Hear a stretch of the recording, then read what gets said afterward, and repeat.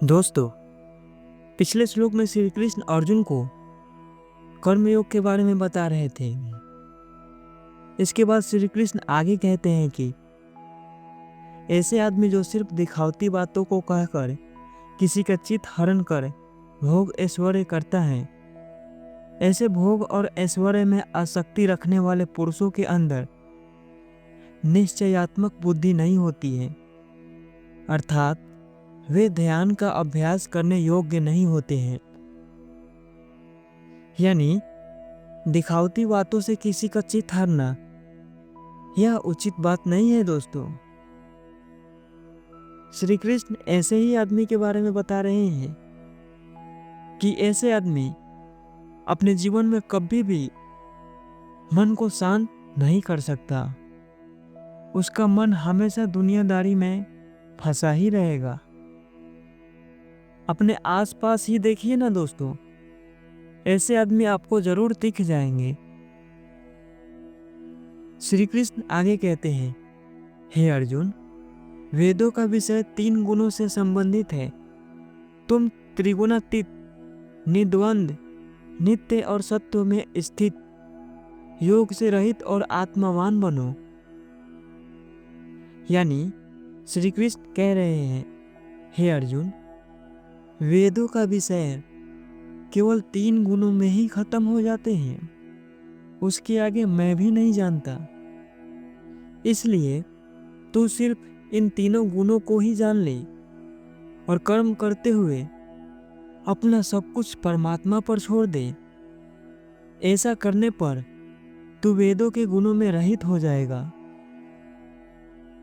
श्री कृष्ण आगे कहते हैं, काम के द्वारा ही कलुषित चित्त वाले वे स्वर्ग प्रार्थी सकाम पुरुष भोग एवं ऐश्वर्य की प्राप्ति के लिए साधन स्वरूप जन्म और कर्म में बांधने वाली सभी कामों को ही प्रकृष्ट वेद वाक्य कहते हैं। प्रकृष्ट का अर्थ क्या होता है? प्रकृष्ट का अर्थ होता है उत्तम या बहुत अच्छा। काम से ही कुछ पवित्र या अपवित्र होता है और काम से ही मन, बुद्धि, अहंकार होता है। वे लोग जो हमेशा स्वर्ग प्राप्त करने के बारे में सोचते हैं, लेकिन उनका कर्म हमेशा भोग और ऐश्वर्य की ओर रहता है, ऐसे आदमी जन्म और मृत्यु के बंधे डोर में हमेशा फंसे ही रह जाते हैं। ऐसे लोगों का आना जाना हमेशा चलता ही रहता है।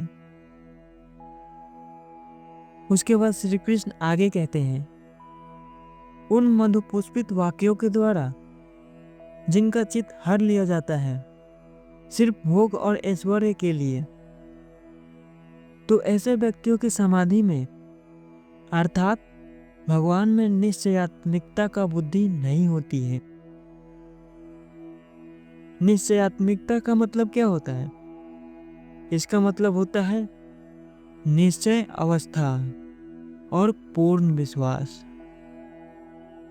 दोस्तों, इसका मतलब ये है कि वे लोग जो सिर्फ दिखावटी के लिए मीठे और वेदों की बातें करते हैं, और वे सभी लोग जिन को वो इन वाक्यों से चित्त हरते हैं सिर्फ भोग और ऐश्वर्य के लिए, वैसे व्यक्तियों के समाधि में यानी भगवान में निश्चयात्मिकता का बुद्धि नहीं होती है। श्री कृष्ण आगे कहते हैं, हे अर्जुन, तुम वेदों में वर्णित तीनों गुणों का परित्याग कर यानी त्रिगुणातीत तत्वों में प्रतिष्ठित हो जाओ। तुम समस्त द्वंद्वों यानी मान अपमान आदि से रहित होकर योग क्षेम की चिंता न करते हुए मेरे द्वारा प्रदत्त बुद्धि योग के द्वारा युद्ध में प्रतिष्ठित हो जाओ। योग क्षेम का अर्थ होता है धन अर्जित किया हुआ या लाभ हानि। प्रतिष्ठित का अर्थ होता है सम्मान प्राप्त करना।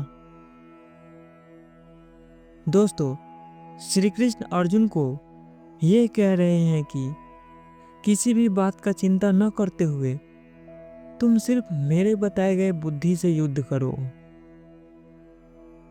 उसके बाद श्री कृष्ण आगे कहते हैं, जिस प्रकार एक छोटे जलाशय में जितना प्रयोजन सिद्ध होता है उतना प्रयोजन एक बड़े जलाशय में आसानी से सिद्ध हो जाता है, उसी प्रकार वेदों में वर्णित विभिन्न देवताओं के पूजा से जो भी फल प्राप्त होते हैं वे सभी फल वेद तात्पर्य वेद भक्ति युक्त ब्राह्मणों को भगवत उपासना के द्वारा आराम से प्राप्त हो जाता है।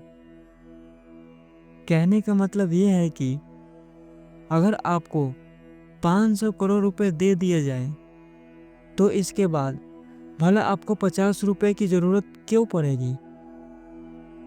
श्री कृष्ण यही समझा रहे हैं कि जिस प्रकार छोटे जलाशय को बड़े समंदर मिलने पर छोटे जलाशय की सारी परेशानियां खत्म हो जाती है, उसी प्रकार कर्म का ज्ञान इतना बड़ा है कि इसको पा लेने के बाद छोटे जलाशय के जैसा सारे परेशानियां आराम से खत्म हो जाएगी।